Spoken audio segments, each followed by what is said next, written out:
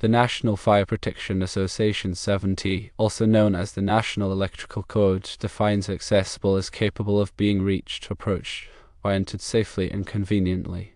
The National Fire Protection Association 101, the Life Safety Code, defines an obstructed means of egress as a continuous and unobstructed path of travel from any point in a building to a safe area outside the building or to a refuge area. Building codes and manufacturers' recommendations mandate that structures, including switchgear, must be designed to withstand specific wind loads. These wind loading requirements are not uniform. They fluctuate depending on factors like location and specific environmental conditions. When addressing switchgear installations, a conflict can arise between the requirement for accessibility and the necessity to meet wind loading standards. Bolting doors shut might satisfy wind loading needs, but it simultaneously compromises the accessibility that codes demand. To effectively resolve this conflict, several potential solutions should be considered. Firstly, install storm shutters or hurricane-rated barriers. These can be affixed to the doors, granting additional protection against high wind loads while still permitting the doors to be opened during emergencies. Secondly, utilize a wind-rated doorway. Selecting a door specifically engineered to resist high wind loads eliminates the need for bolting in the first place. Thirdly, create an alternative means of egress. Integrating an additional door or window provides an alternate escape route if the main doors are obstructed. Consider the location and the function of the switchgear. If the switchgear is not essential to the facility's operation and can be safely de-energized, bolting the doors during severe weather might be a viable option. The optimal solution is contingent on the specific circumstances and must adhere to relevant building codes and safety regulations. Consultation with a qualified professional engineer is crucial in determining the most appropriate solution for a given situation. Regarding switchgear accessibility and compliance with the National Electrical Code, several factors must be carefully considered. The NEC defines accessible in two primary ways: accessible, readily, and accessible, not readily. Accessible, readily means capable of being reached quickly for operation, renewal, or inspections without requiring those to whom ready access is requisite to actions such as to use tools, to climb over or remove obstacles, or to resort to portable ladders, and so forth. Accessible, not readily means requiring the use of tools or one of the other actions described in accessible, readily.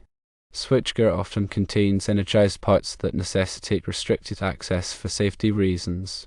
Therefore, while the NEC mandates accessibility for qualified personnel, it doesn't necessarily require unrestricted access for the general public. The design and installation must ensure that only authorized and trained individuals can access the switchgear, preventing unauthorized entry and potential hazards. Consider installing barriers, screens, or enclosures around the switchgear to prevent accidental contact with energized parts. Warning signs and labels should be prominently displayed to alert personnel of potential hazards and restricted access areas. Implement lockout-tagout procedures to de-energize the switchgear before performing any maintenance or repairs. Regularly inspect and maintain the switchgear to ensure it is in good working order and that all safety features are functioning properly. Provide adequate lighting around the switchgear to improve visibility and reduce the risk of accidents. Ensure that the area around the switchgear is kept clean and free of obstructions to facilitate safe access and egress. Provide training to all personnel who may need to access the switchgear on the proper safety procedures and the potential hazards involved. Store tools and equipment properly to prevent them from becoming hazards or obstructing access to the switchgear. Establish an emergency response plan in case of accidents or incidents involving the switchgear. Review and update safety procedures regularly to ensure they are effective and compliant with current regulations.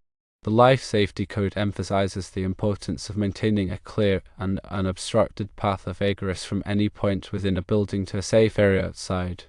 This principle is particularly relevant to switchgear rooms, which may require personnel to enter for inspection, maintenance, or emergency response purposes. Design the switchgear room with adequate space to allow for safe movement and maneuvering around the equipment. Ensure that the means of egress from the switchgear room is clearly marked and easily accessible. Avoid using the switchgear room for storage or other purposes that could obstruct the path of egress. Regularly inspect and maintain the means of egress to ensure it is free of obstructions and in good working order. Provide adequate lighting along the path of egress to improve visibility and reduce the risk of accidents. Install emergency lighting to illuminate the path of egress in case of power outages.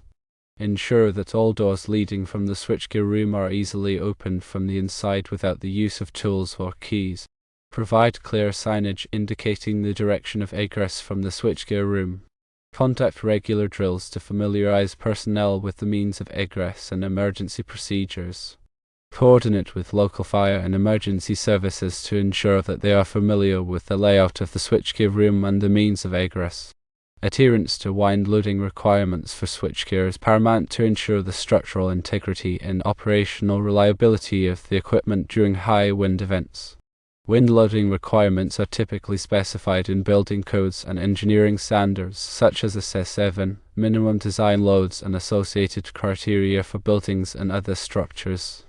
The specific wind loads that switchgear must withstand depend on factors such as the geographic location, the height of the structure, and the surrounding terrain.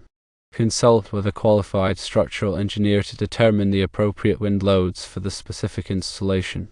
Ensure that the switchgear enclosure is designed and constructed to withstand the calculated wind loads. Consider the use of reinforced materials such as steel or aluminum to provide adequate strength and stiffness. Anchor the switchgear securely to the building structure or foundation to prevent it from being overturned or displaced by wind forces. Use appropriate anchoring methods such as bolts, anchors, or welding to ensure a secure connection. Inspect the switchgear regularly for signs of damage or deterioration such as corrosion, cracks, or loose connections. Repair or replace any damaged components promptly to maintain the structural integrity of the equipment. Consider the use of windbreaks or shielding structures to reduce the wind loads acting on the switchgear. Install lightning protection systems to protect the switchgear from lightning strikes, which can cause significant damage.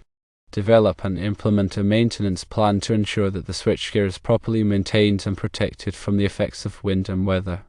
By addressing these considerations and implementing appropriate safety measures, one can effectively balance the need for switchgear accessibility with the imperative to ensure safety and code compliance.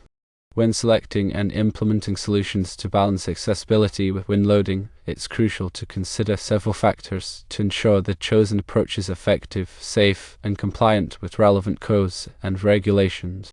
Firstly, evaluate the specific wind loading requirements for the location. Consult local building codes, SS7, or other relevant standards to determine the design wind speeds and pressures for the switchgear installation.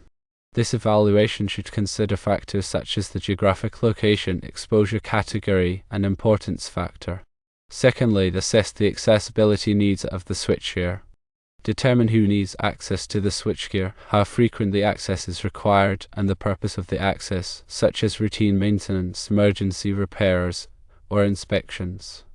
Also, identify any potential hazards associated with accessing the switchgear, such as energized components or confined spaces.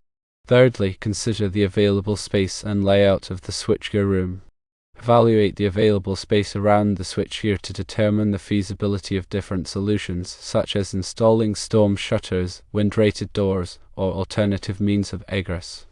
Assess the layout of the room to ensure that the chosen solution does not obstruct access to other equipment or create safety hazards. Fourthly, evaluate the cost-effectiveness of different solutions. Compare the cost of different solutions, including materials, labor, and ongoing maintenance, to determine the most cost-effective option that meets the wind loading and accessibility requirements. Consider the long-term benefits of each solution, such as reduced maintenance costs or improved safety. Fifthly, consider the aesthetic impact of different solutions. Evaluate the aesthetic impact of different solutions on the appearance of the building or facility. Choose a solution that is aesthetically pleasing and does not detract from the overall appearance of the building. Sixthly, consult with qualified professionals. Consult with a qualified structural engineer, electrical engineer, and building code official to ensure that the chosen solution is structurally sound, electrically safe, and compliant with all applicable codes and regulations. Obtain all necessary permits and approvals before implementing any changes to the switchgear installation. Seventhly, document the chosen solution and rationale. Document the chosen solution, including detailed drawings, specifications, and calculations to demonstrate compliance with wind loading and accessibility requirements. Maintain records of all inspections, maintenance, and repairs to ensure the ongoing effectiveness of the solution. Several different types of storm shutters and hurricane-rated barriers can be employed to protect switchgear doors from wind damage while maintaining accessibility. These include accordion shutters, which are permanently affixed to the sides of the door opening and can be easily closed and locked in place when needed. Roll-down shutters, which are similar to accordion shutters but roll down from above the door opening. Removable panels, which are typically made of aluminum or steel and can be attached to the door opening using bolts or clips. Hurricane fabric screens, which are made of a strong, flexible fabric that is stretched over the door opening and secured in place. Impact-resistant doors and windows, which are designed to withstand high winds and impacts from debris. When selecting a storm shutter or hurricane-rated barrier, it's important to consider factors such as the level of protection required, the ease of use, the cost, and the aesthetic impact. It's also important to ensure that the selected product is tested and certified to meet applicable building codes and standards. Using a wind-rated doorway involves installing a door that is specifically designed and tested to withstand high wind loads without the need for additional bracing or bolting. These doors are typically constructed of heavy-duty materials such as steel or aluminum, and feature reinforced frames and impact-resistant glass. Wind-rated doors are available in a variety of styles, including swinging doors, sliding doors, and overhead doors. When selecting a wind-rated door, it's important to consider the design wind pressure for the location, the size of the door opening, and the desired level of security. It's also important to ensure that the door is properly installed and maintained to ensure its continued performance. Creating an alternate means of egress from a switchgear room can provide a redundant escape route in case the primary doors are blocked or inaccessible. This can be achieved by installing an additional door or window that leads to a safe area outside the building. The alternate means of egress should be clearly marked and easily accessible, and it should meet all applicable building code requirements for egress pathways. The alternate means of egress should be located away from the primary doors to ensure that it is not blocked by the same event that blocks the primary doors. It should also be designed to provide adequate protection from the elements such as wind, rain, and snow. When considering the location and use of switchgear, it's important to evaluate the criticality of the equipment to the facility's operation. If the switchgear is not essential to the facility's operation and can be safely de-energized during severe weather events, it may be acceptable to bolt the doors closed to protect it from wind damage. However, it's important to have a plan in place to quickly and safely de-energize the switchgear and restore power after the weather event has passed. It's also important to consider the potential impact of the power outage on the facility's operations and to take steps to minimize any disruption. In situations where bolting the doors closed is necessary, it's important to use a system that is easy to operate and does not require special tools or equipment. The bolting system should also be designed to prevent accidental locking, which could trap personnel inside the switchgear room. It is important to consult with a qualified professional engineer to determine the appropriate solution for the specific situation. A professional engineer can assess the wind loading requirements, accessibility needs, and other relevant factors to recommend a solution that is safe, effective, and compliant with all applicable codes and regulations. The engineer can also provide detailed drawings, specifications, and calculations to support the chosen solution. Remember to prioritize safety, compliance, and functionality when addressing the conflicting requirements of accessibility and wind loading for switchgear installations.